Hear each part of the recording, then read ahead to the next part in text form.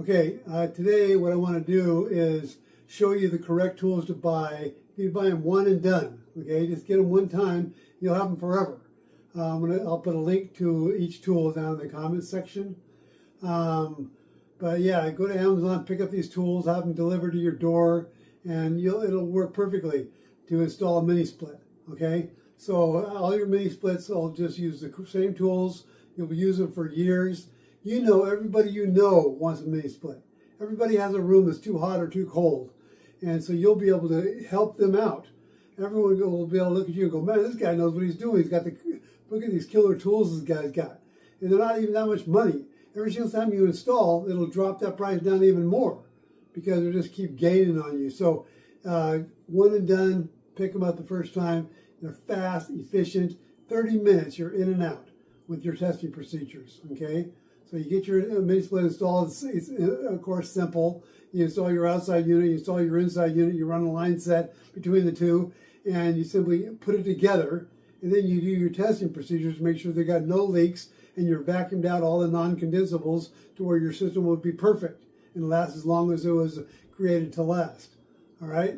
So anyway, pick up these tools. I'm going to show you all the correct tools to pick up, and you're set. All right. If you have any questions, put them down below. This is the system you should have. It has the 5/16 Abion valve core removal tool at the bottom. It has the 5/16 threads on it hooked to our mini split. It comes out at a 1/4 inch for the hose though. It has a 1/4 inch connector going up towards the 1/4 inch valve core removal tool. And that's so you can valve off the right now it's the pressure gauge, but I'll eventually valve off the Micron gauge, so as when I release a little bit of refrigerant to the system, it will not dirty up my Micron gauge. So that's what the secondary valve core removal tool is for, and it helps with that. Anyway, so this is the system you should pick up.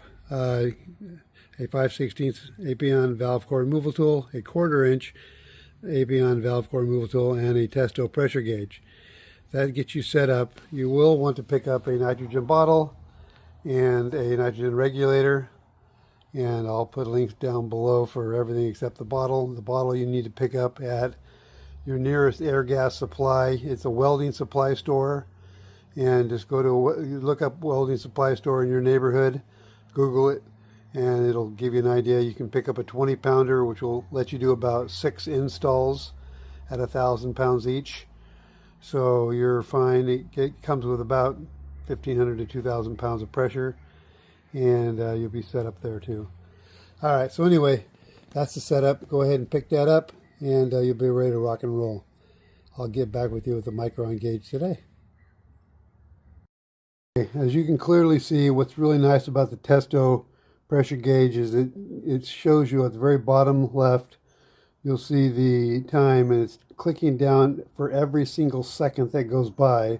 It tells you what's happening. So if you get to see every minute 60 different increments of what's happening. So for every single second that goes by, it tells you nothing's happening or something's happening. And we're clearly seeing that nothing is going down. Matter of fact, because of it's going from different weather, it's going to go hotter as the day proceeds. It's starting to grow. But the point is, if you had a leak, it would be showing up as a leak regardless. So that's why I only do a 10-minute pressure test, because I can see every single second that goes by, and I can see whether it's losing or gaining every single second. Okay? So that's why I want you to get the Testo pressure gauge for you. If you have the tools, it makes your job easier and more efficient and, of course, quicker. So anyway, pick up the Testo pressure gauge. I will put a link down below. This is exactly the one you need to get. And when I say I'll get back with you today, it's because I have the matching brother to this one here. This is the 549i, that's the pressure regulator. But the Micron gauge is the Testo 552i. And so I'm going to be testing that today and see if it works as good as I love the pressure gauge. Absolutely love it. Best one ever. I got all the pressure gauges. I got every digital pressure gauge you can have. And this is the absolute best because it shows you 1/10 of a PSI. It doesn't have no mistakes in it. You don't have to think about stuff. You can be done in 10 minutes because it shows you every second that goes by. So 60 clicks a minute. And then, of course, in 10-minute test, that's 600 clicks. You'll know instantly. You don't have to wait any longer. You'll know instantly whether you're losing pressure or not. And with other digital gauges, they show every half PSI. Half PSI, that's insane. If you actually had a deviation, it would take 40 minutes to show up. If you didn't catch it on the exact right blink. Anyway, that's a mess. Definitely get this one's 10th PSI. Way better. Okay, actually, I love this Micron Gauge. I'm in love with it, same as I love my Testo pressure gauge. Because, again, what it's showing me on this graph, this table it's showing me I'm pushing the table over the far right top. You see where it says table? That's what you're pushing. They have different things. You can have graphics, You can set up for live and showing what it's doing. But what that is showing is just normal, what you see on every Micron gauge, okay? This one here is a little bit better. It shows you that, what it went from to where it's at now. And, of course, you can see at the very bottom there, that's 0. That would be like the most insane. I don't know if anybody can pull off that kind of deep vacuum, but we're really down low as far as our microns, okay? So it really is nice on that. But over at the table, you're able to see every second that goes by, what it's doing, what the system is doing. So I really like that. Super helpful. And so anyway, I'll keep going until I get to 100. Try to boil out all the non-condensables that will ruin your system. Literally needs to be done. You want to have as low as possible. They say 500 is good, but I don't buy it. And then Craig is coming around. Craig Migliacci from AC Service Tech. He's getting better and better. I love this guy. And he is now saying also he wants to see people get away from that 500 micron thing to 200 microns. And I really like he's pushing that. So anyway, 200 microns is still a little high for me, so I like to be at 100 and then go 5 minutes more after that. So like I said, I get down to normally around 67, but I'm not anal about it.